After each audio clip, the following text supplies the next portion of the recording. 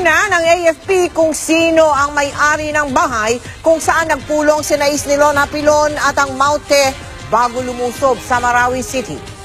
Ang inaalam ngayon ng mga otoridad ay kung totoo bang natakasan na ni Hapilon ang militar at nakalabas na siya ng Marawi.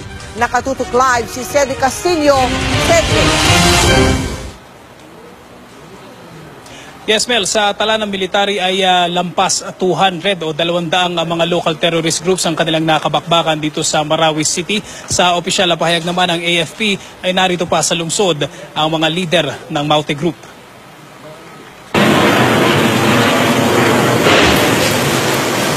Sa ika-17 araw ng bakbakan dito sa Marawi, ang tanong ng marami, nakalabas na ba ng Marawi City ang leader ng Maute Group na si Isnilon Hapilon? Ayon sa dalawang source ng GMA News, isang mataas na opisyal ng militar at isa mula sa pribadong sektor na may kinalaman sa coordination ng Maute Group at GPH-MILF panel, may ilang araw nang nakalabas ng Marawi City si Hapilon. Ayon mismo kay National Security Advisor Hermogenes Esperon, may natanggap na silang ganitong balita pero vine-verify pa nila. We are looking into that. Ilang batalyon na ng sundalo ang naipadala sa Marawi City mula nang magsimula ang bakbakan noong May 23. Mahigit 100 na raw ang patay sa panig ng Maute Group. 39 na sundalo at pulis na ang nasawi. 20 naman sa mga sibilyan. Sinabi ng Armed Forces kamakailan na halos 10% na lang ng Marawi City ang hawak ng Maute Group. Desperado na nga raw ang mga ito dahil walang makain at halos tukoy na ng mga sundalo ang lugar nila.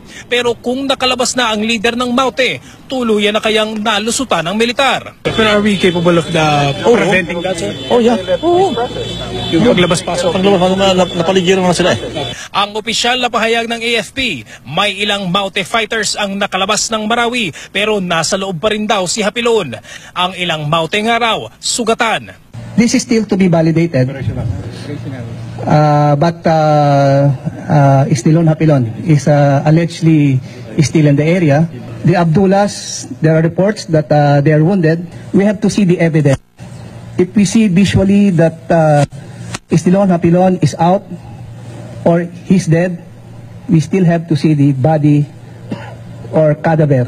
Sa video na ito na ibinigay ng isang source sa militar, pinapakita na pinagplanuhan at organisado ang ginawang pag-atake ng Maute sa Marawi City.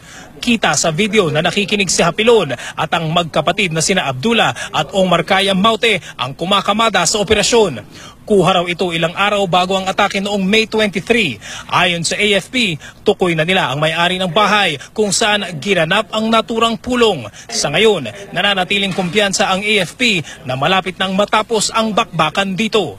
We are looking at the possibility that the end will be near. Meron lang kami mga 3 o 4 na strong points na ipapanlisa, and once that we have get this, nagdiretso na po yun. Once this is finished, immediately the engineering construction brigades will come in and rehab the damage muna in infrastructures, then the houses.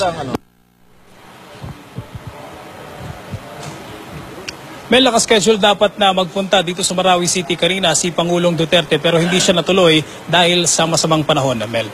Maraming salamat sa iyo, Cedric Castillo.